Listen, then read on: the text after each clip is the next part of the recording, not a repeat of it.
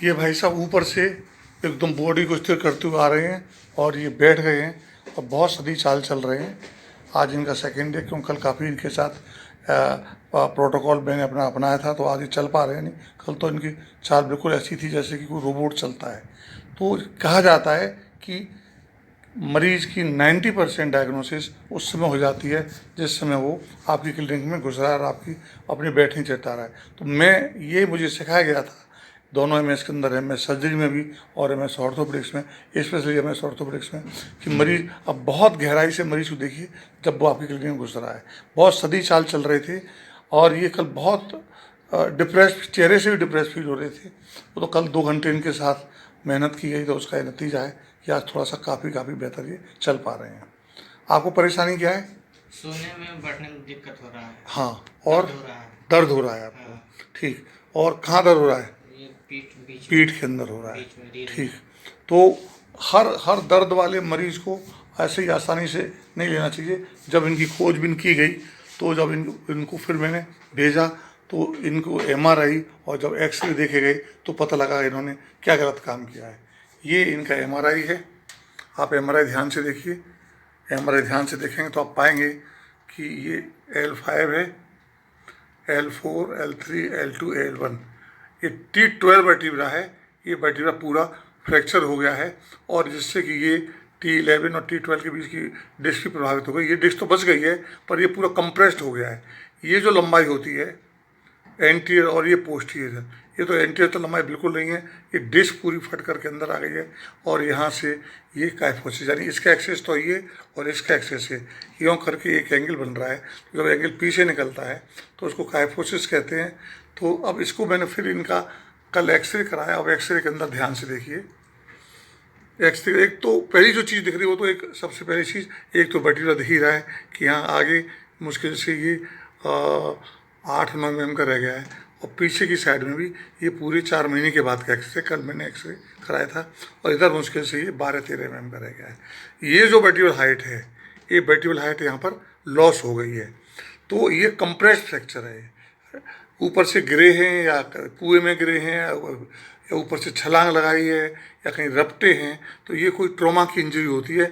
या बहुत ज़्यादा जब ऑस्टियोपोरोसिस होती है, ये चीज़ 80-90 साल में, 70 साल में भी हो सकती है। जब बहुत ज़्यादा ऑस्टियोपोरोसिस होने से ये ज़रा सा धमक आए और ये कंप्रेस हो जाए और रीढ़ की हड्डी टेढ़ी हो जाए और पैरों में सुन्नापन आने लगे और नीचे तक वो सियाटिका भी हो सकती है। अगर थोड़ा नीचे की साइड होता तो सियाटिका हो जाती। पर इनके दोनों पैरों में भी दर्द जा रहा है, जांघों और पैर टांगों में भी दर्द जा रहा है, यहाँ से भी जा रहा है। ठीक है। तो अभी बात समझिए कि ये जो T12 है वो क्या होती है। T12 के बारे में अब मैं आपको इनका स्पाइन दिखा रहा हूँ। देखिए, ये मनुष्य का स्पाइन है।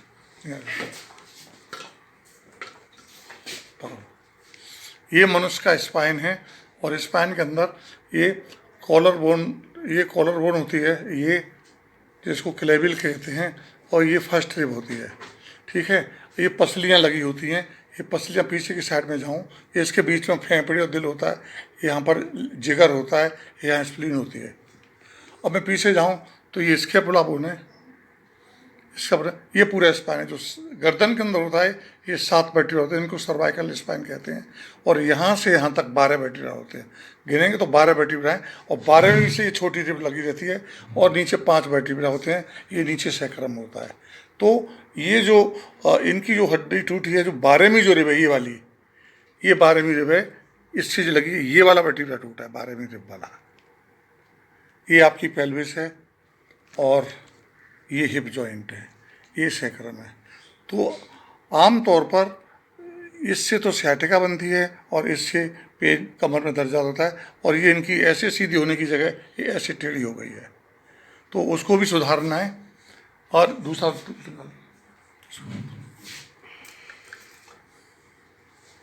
अब इसको अलग से मॉडल है स्पाइन का।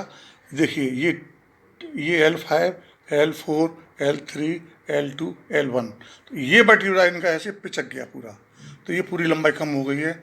और देखिए, हर वर्टिब्रा के बीच में ये नर्व्स निकलती हैं, ये जो दिख रही हैं आपको पीली पीली, ये नर्व्स निकलती हैं।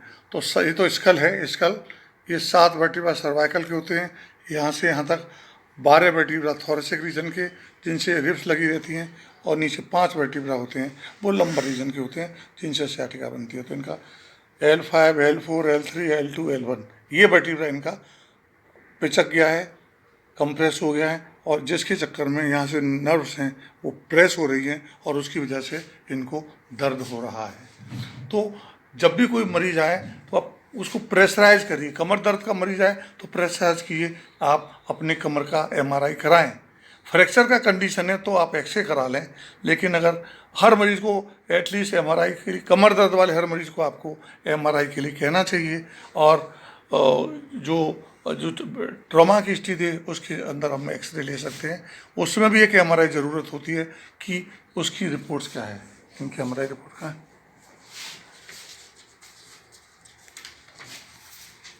यहाँ देखिए नर्व पूरी तौर पर प्रेस हो गई है, यहाँ से निकलने वाली, और ये देखिए वर्टिब्रा। तो ये ध्यान दें कंप्रेस्ड फ्रैक्चर है। हाँ, एक और चीज़ मैं आपको बताना चाह रहा था, ये इसके तमाम वर्टिब्रा देखिए, ये जो वर्टिब्रा हैं इनके अंदर बाउंड्री वाल तो दिखाई दे रही है आपको, देखिए बाउंड्री वाल, यहाँ तो बाउंड्री वाल भी दिखाई नहीं दे रही है, न यहाँ दिखाई दे रही है। अगर मैं इस एक्सरे को, अगर ये मेरे पास कोई 90 साल की 80 साल की बुढ़िया लेके आए तो ये एक्सरे को, ये मैं उसका एक्सरे मान के चलूँगा, क्योंकि बीच के अंदर ज़रा सा भी कैल्शियम नहीं है, पूरा खोखला हो गया है। तो इनको अच्छी डाइट देनी पड़ेगी, एंटी ऑस्टियोपोरोसिस दवा देनी पड़ेगी, कल को कहीं ये फिर झटका कोई लगे इनको और ये कंप्रेस फ्रैक्चर ना हो जाए, कहीं इनको लकवा ना मार जाए। तो ये इनको मजबूत करना पड़ेगा, नहीं तो इनका बुढ़ापा ख़राब हो जाएगा। तो ये 5 महीने हो गए, 4 महीने हो गए, 4 महीने से बिस्तर पड़े हैं, तो इनकी जो पड़े इनको ऑस्टियोपोरोसिस हो गई है। इसको डिस्यूज एस्ट्रोफी या डिस्यूज ऑस्ट्रोफी, जो बुढ़े लोग होते हैं उनकी एक्टिविटी कम हो जाती है, वो भी एक ऑस्टियोपोरोसिस का कारण है। इसीलिए डेली एक्सरसाइज करते रहना चाहिए। इनको एक्सरसाइज का प्रोटोकॉल कल बता दिया है, और उसको और आज प्रोटोकॉल और आगे बताऊंगा। कल इनकी कंडीशन बहुत ज़्यादा ख़राब थी, तो जितना ही कर पा रहे थे स्पाइनल एक्सटेंशन एक्सरसाइजेस वो मैंने इनको बता दी थी। अब मैं दिखा रहा हूँ इनकी, ये तो इनकी MRI की रिपोर्ट है,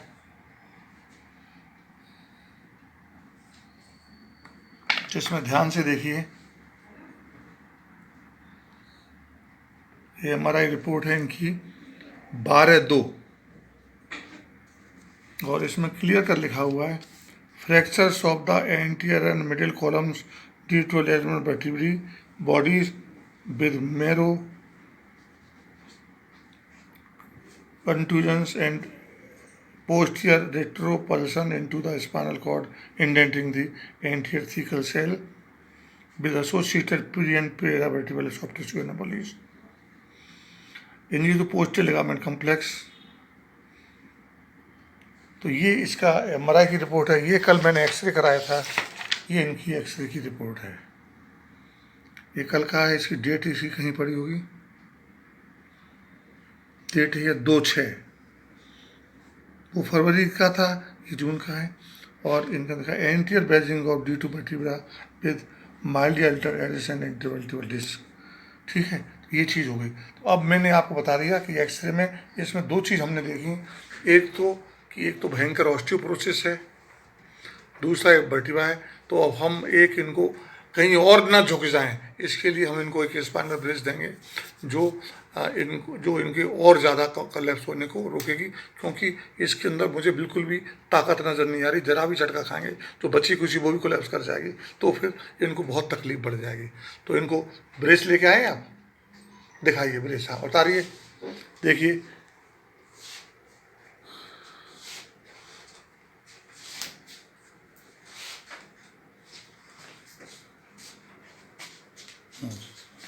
इनको ये ब्रेस पहनाई गई है। ये इसके लिए ब्रेस है कि ये कम से कम ये बॉडी को आगे नहीं झुकने देती है। देखिए, अगर ये ब्रेस ना पहनते तो ये आगे की तरफ झुक जाती है यहाँ से पूरा। तो ये इनको ब्रेस टाइनोर एक अच्छी कंपनी है, टाइनोर की इनको ब्रेस दी गई है, जिससे कि ये आगे की तरफ। पर ये बड़े थोड़े से ना समझदार आदमी हैं, और इन्होंने इस ब्रेस को पूरे 5 क्यों पहना नहीं ना, इन्होंने बेईमानी की है ना। तो हमेशा एक ध्यान रखिए, जब पति आए तो पत्नी से पूछ लो। पति पत्नी दोनों एक दूसरे के सांप नेवले की लड़ाई होती है। पति की गलतियां पत्नी बताती है और पत्नी गलतियां पति बताता, भरे बैठे रहते हैं। तो इसलिए इनका जो ये काफ़ी और इतना ज़्यादा कोलैप्स ना करता, अगर ये ब्रेस लगा लेते तो इतना ज़्यादा कोलैप्स ना करता। तो आप हिस्ट्री बहुत अच्छे से लें, और बहुत मरीज को एग्जामिन करें। ठीक, अब इसको ब्रेस उतारिए जरा।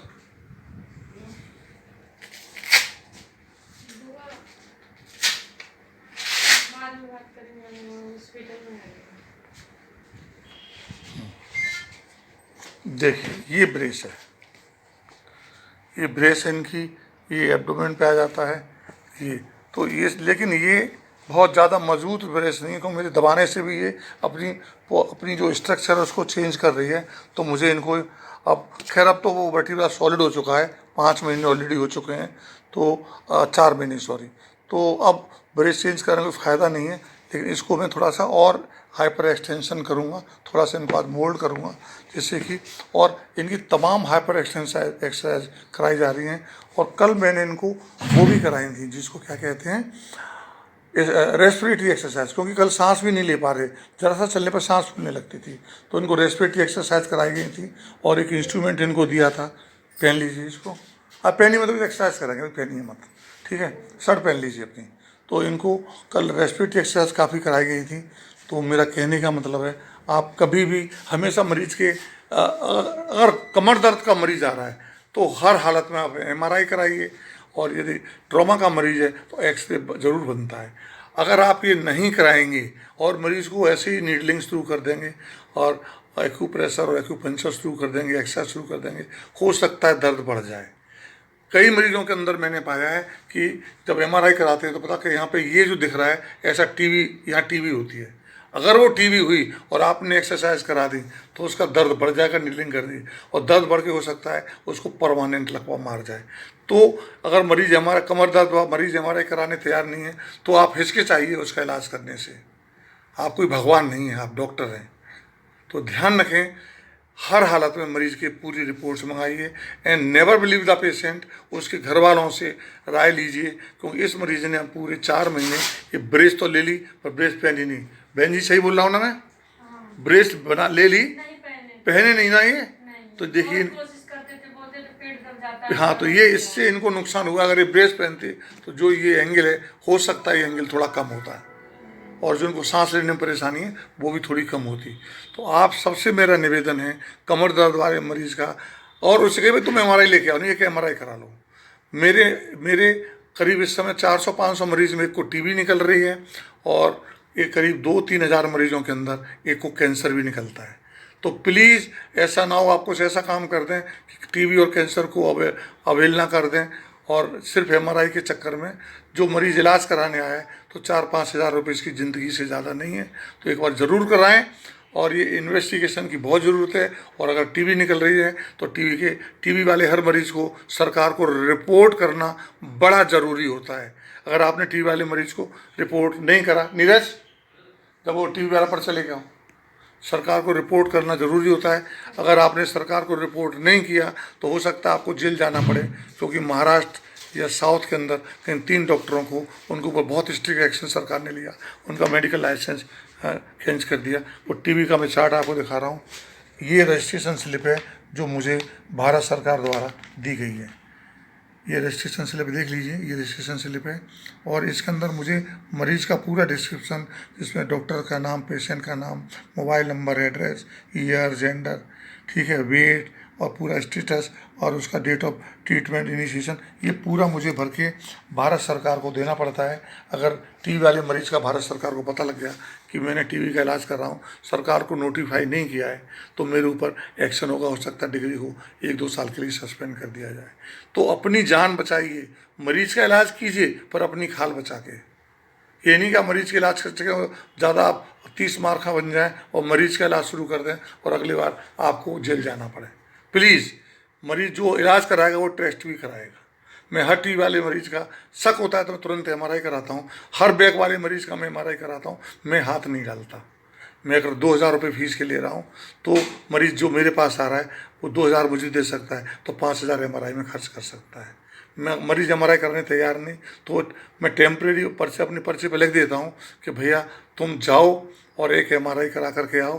वो MRI कराने तैयार नहीं तो उसको सिंपली पेन किलर और एनाल्जेसिक और एंटी स्पास्म वाली दवाएँ लिख देता हूँ। मरीज is not ready for MRI, so no further treatment is possible for me. इलाज करो मरीज का, लेकिन अपनी खाल बचा करके। प्लीज़ आप इसका ध्यान रखें, ये बहुत ज़रूरी है। तो हाँ, कल से कितना, कल आप आए थे, कल 2 घंटे रहे यहाँ। हाँ, आपको कितना रिलीफ मिला कल? मिला है, आधा मिल गया है।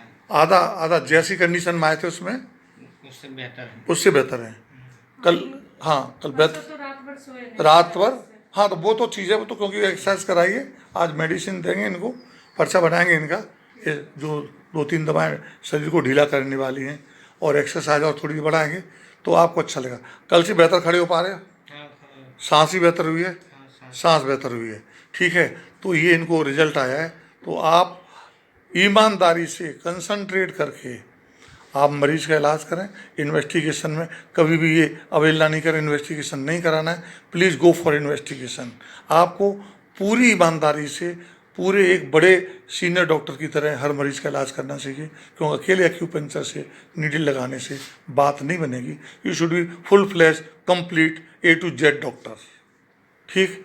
मैं doctor Subhash Sal, orthopedic surgeon, bone joint care and Fortis CDOC hospital, new Delhi. Mobile 9810124433 and landline 01142430066। Thank you. मरीज हैं जिनका कि मैं आपको एक्सरे दिखाया है।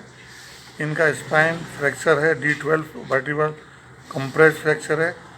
आज ही का दिन है, और अभी इनका जो कर्व यहाँ पर आ गया है, ये जो करवाया है, इसको दूर करने के लिए, क्योंकि ये सिलाई मशीन पे काम करते हैं 8 से 10 घंटे रोज़ाना एक्सपोर्ट ओरिएंटेड यूनिट के अंदर, तो ये बैठ नहीं पा रहे हैं, बहुत दर्द है इनको। अभी इनको आधा घंटा हुआ है, ये 3rd एक्सरसाइज है, समझिए। एड़ी इनकी बिल्कुल नहीं उठ रही है, एड़ी बिल्कुल नहीं उठ रही है। और जब ये आगे जाते हैं तो इनका पूरा जो हिप वाला पोर्शन है पूरा मेज के पास आता है, और गर्दन पूरी पीछे जाती है। देखिए, बिल्कुल बहुत बढ़िया, बहुत अच्छे। एल्बो बिल्कुल बेंड नहीं हो रही है, एल्बो बेंड नहीं होनी है, एड़ी नहीं उठनी है, घुटने नहीं मुड़ने हैं, हिप आगे जाना है।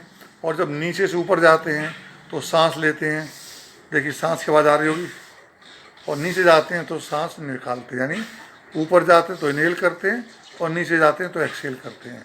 ये आपको करना है। एड़ी नहीं उठाई जानी है, कोहनी नहीं मुड़नी है। बहुत अच्छा कर रहे हैं हिप को, बस। चलिए, तुम्हारा फ्रैक्चर किस तारीख को हुआ था? 28 तारीख को। 28 किसकी? 28 जनवरी। 28 जनवरी को। और आज कितनी तारीख है? आज 2 जून है। 2 जून है, तो 28 को तो कर दो क्रॉस, तो फरवरी, मार्च, अप्रैल, मई, 4 महीने तुम 4 महीने बिस्तर में आराम किया है। आराम किया। हाँ, तो अब तुम्हारी सांस की भी हालत ख़राब हो रही है, हाँ, ठीक है ना। अब सांस को नॉर्मल लाने के लिए तुम्हें ये मशीन करनी पड़ेगी, तब रिजल्ट आएगा। ये मशीन कौन सी है? ये मशीन है रेस्पिरोमीटर, रोमसर, हिंदुस्तान का सबसे अच्छा है, ठीक है। ये 500-600 रुपये का आता है, और सेम अगर विदेशी लेंगे हम, ये अगर हम विदेशी लेंगे ये 5000 रुपये का आएगा, ठीक। तो इसको ऊपर रखिए इसके। चलिए, ये आँख के लेवल पर आना चाहिए। देखिए, ये जो बॉल्स है ना, ये बॉल्स, हाँ, और ये इनकी आँख का लेवल बिल्कुल एक लेवल होना चाहिए। चलिए, उठाइए, पहले आप अपनी तरफ उठाइए, अपनी तरफ सीधा रखिए इसको। बेटे, वो प्लास्टिक का डब्बा लेके आओ, रखा जल्दी से, इसको उठाओ।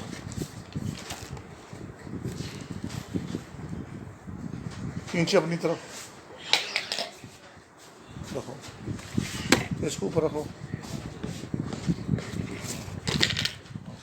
अब देखिए, ये इसकी बॉल का लेवल और इसकी आँख का लेवल एक हो गया है, ठीक है ना। बॉल का लेवल इसका। अब आप अपनी तरफ खींचिए जोर से, तीनों बॉल ऊपर उठा के रखिए, एकदम तीनों बॉल उठा के रखिए। मैक्सिमम टाइम तक मन में गिनती रहिएगा, 15-20 जब हो। हाँ, ठीक। कितनी गिनती गिन ली आपने?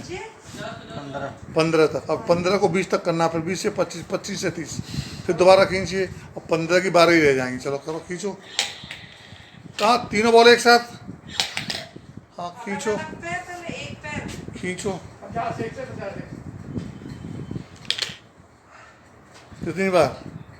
17। चलो खींचो, फिर खींचो। तीनों बॉल एक साथ, वेरी गुड।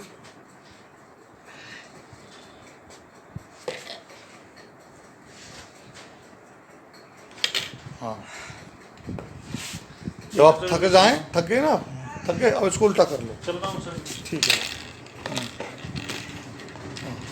पकड़ो एक बॉल से नीचे, दो उंगली, सिर्फ दो उंगलियों से, यहाँ दो उंगलियों से पकड़ना है ऐसे।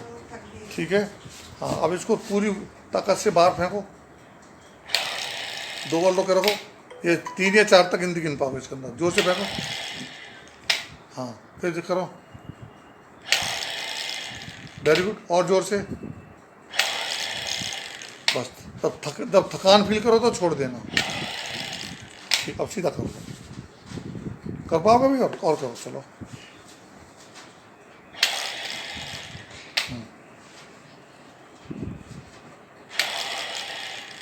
वेरी गुड, और करो, वेरी गुड। अरे आनंद आ गया, बहुत जोर से, शाबाश, वेरी गुड, वेरी गुड। इनको भी करना है, चलो अब सीधा कर लो। अब इसको अपनी तरफ खींचो, ये इसको सीधा करो, एक दो उंगलियों से, सिर्फ दो उंगलियों से। हाँ, चलो पकड़ो, खींचो अपनी तरफ, रोक के रखो, रोक के रखो, रोक के रखो, रोक के रखो।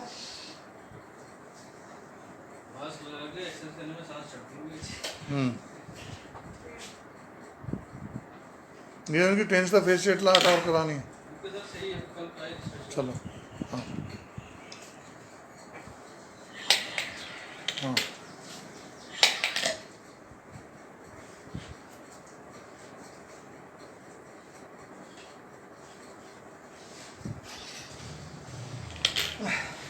ठीक, very good.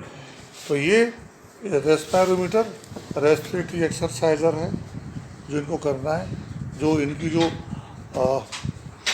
Volume, lung volume कम हो गया बिस्तर में पड़े हुए और फ्रैक्चर होने से, अभी दिखाऊंगा एक्सरे, फ्रैक्चर होने से जो खो गया है, जो D12 बैक्टीरिया का फर्स्ट फ्रैक्चर हुआ है, तो स्पैन इस काइफोसिस के अंदर आ गया है, झुक गया, 1 इंच इनकी लंबाई भी कम हो गई है, उस सबको, इनका चेहरा भी पीला पड़ गया है, उसके लिए मैं दवाई रखूँगा, इनको फिट कर दूंगा इनको मैं, पर मुझे करीब 15 दिन का समय लगेगा। पर इन मरीजों के साथ बहुत कुछ करना पड़ता है। मैं 4 तरह के भी स्पाइन एक्सरसाइज कराई हैं, ये स्पायरोमीटर कराया, अभी यहाँ से विदा ले रहे हैं क्योंकि इनकी जो टैक्सी है वो वेट कर रहे हैं। धन्यवाद।